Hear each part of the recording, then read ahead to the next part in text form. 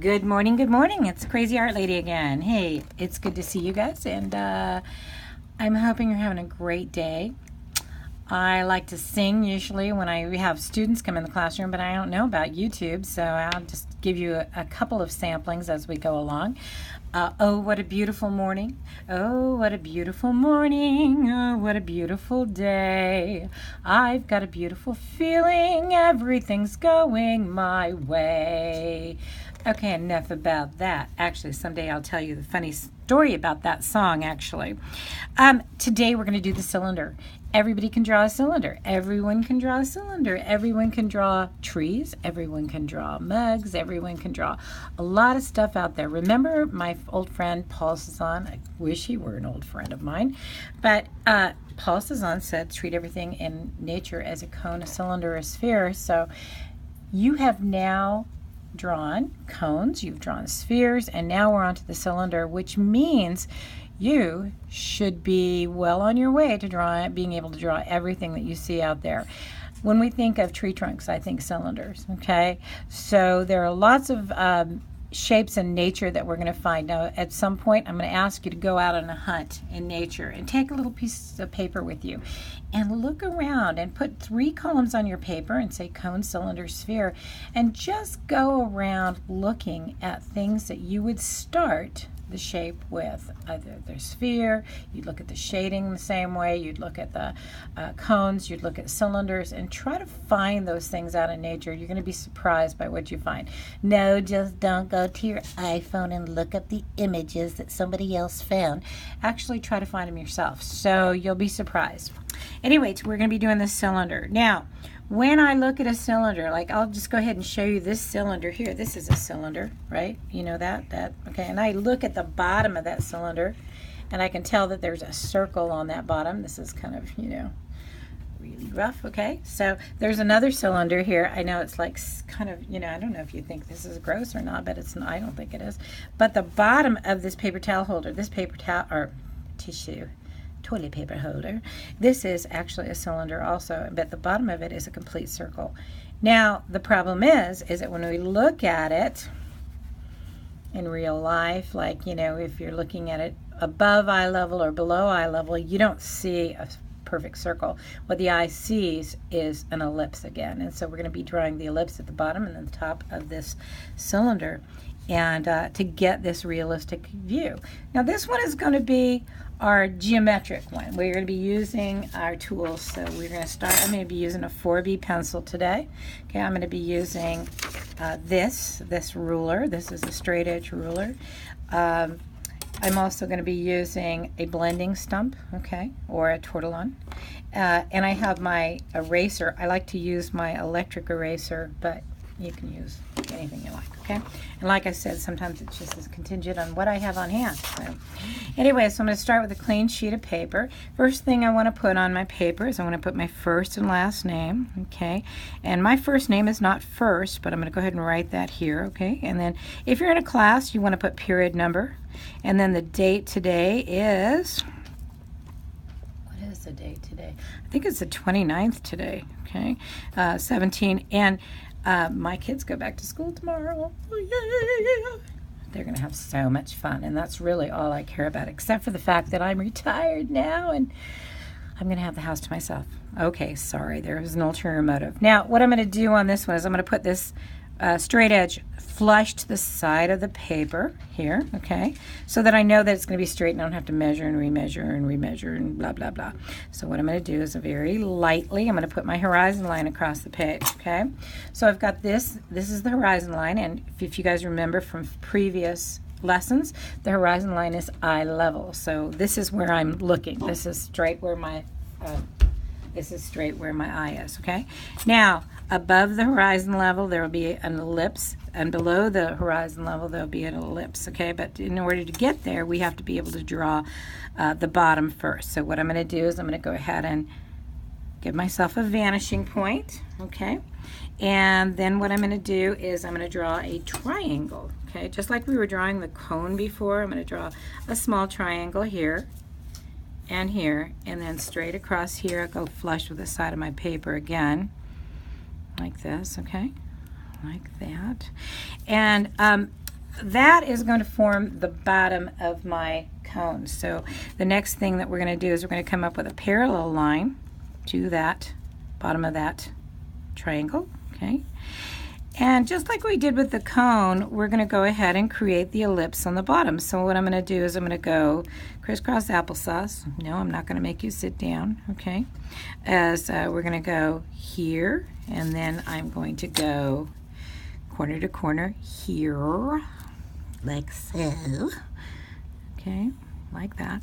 And then I'm going to go straight up, now tell me that. I don't know the whole song from Paula Abdul. And then we're going to go straight across, and that's going to give me my touch points on my ellipse. I'll go ahead and go flush with the side so I know I'm getting it straight. And just like that, okay?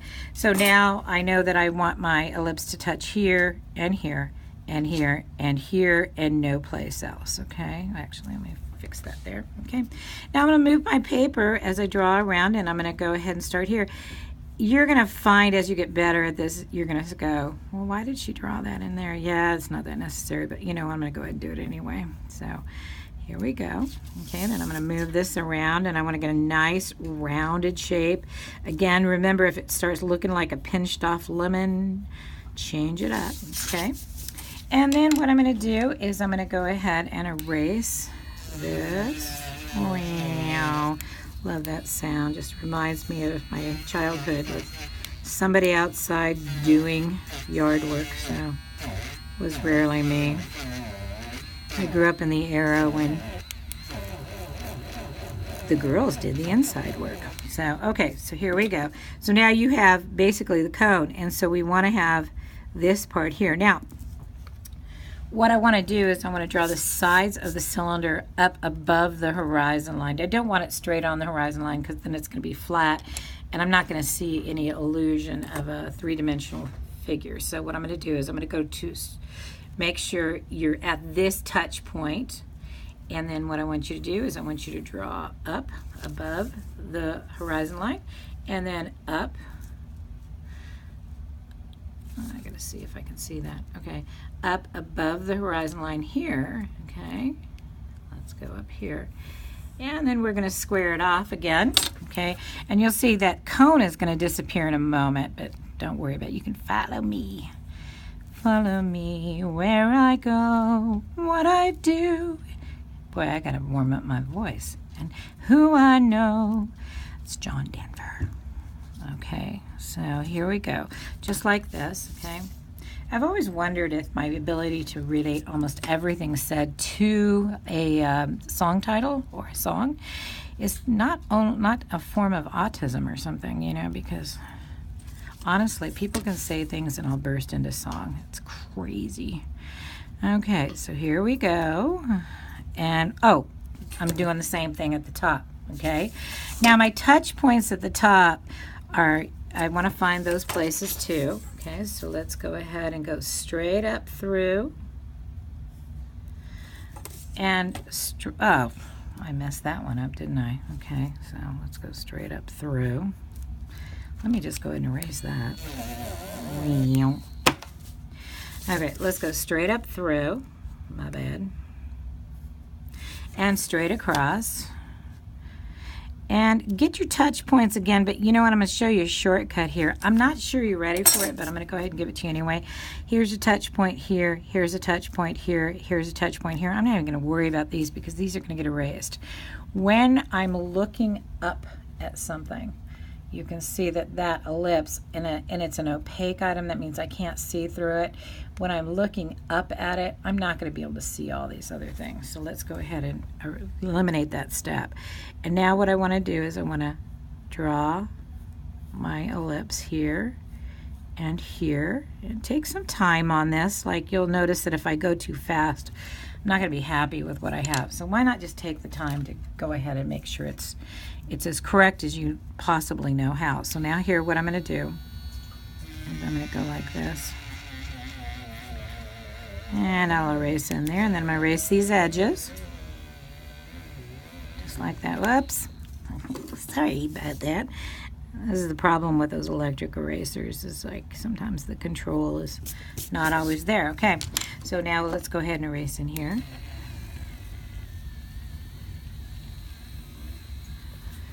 And pretty basically, I've got my, my code. Now, the next step to this is erase that horizon line on the inside because we want to make this an opaque cone, okay? So that opaque cone now, let's say that our light is coming in this way.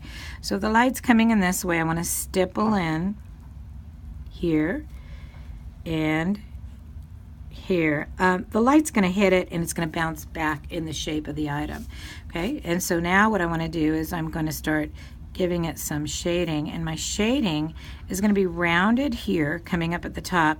As it gets closer to the horizon, it's going to look a little flatter, be a little bit flatter down here, and then it'll start rounding down here to model and match this contour line down here. Okay, so what we're going to do is we're going to come down like that. Okay, and I'll keep going. Shade, shade, shade. Oh, somebody come up with that shading song for me? Because could you like write me a little note if you could? You're a good songwriter and you can come up with a song just about shading. Okay, so now what we're going to do is we're going to come around here. Same thing on this side. But again, what I want to do is I want to shade it all the way up.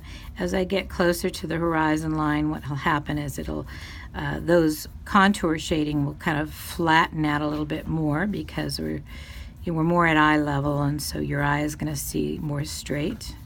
And then again up here, and then it starts curving up towards this contour line here like that. And then you can see that I can go ahead and take my blender and I can shade, shade, shade. I like to shade. I can shade all the way up. Okay, and try not to lose all your line, okay, all your shading lines, but you want to go ahead and do that. And then what you have is a really nice cylinder, and you want to blend out this stippling line. You know, since you guys are kind of getting at the point where, you know, you're a little bit more practiced and experienced and you really can see where that light hits, once you don't need those reminders of the stippling where to have your light cast off, then just go ahead and stop doing that. Now this light is coming here, and so the shadow is going to fall back here. We've kind of got it on a table here, and so I'm going to go ahead and add a little shadow back there, but pretty much that's it. And so what I want you to do is realize that once again we're working with shape, and the cool thing about this shape is the cylinder, and that cylinder is going to encompass about 1/3 of what you see out in the natural world. So when you're looking at trees and when you're looking at shrubbery and you're looking at rocks and things like that, as you start sketching things in and looking where lighting is hitting, you're going to be looking at it according to like the cylinder and the cone and the sphere. Here we used highlight, we used shadows, and we use contour hatching.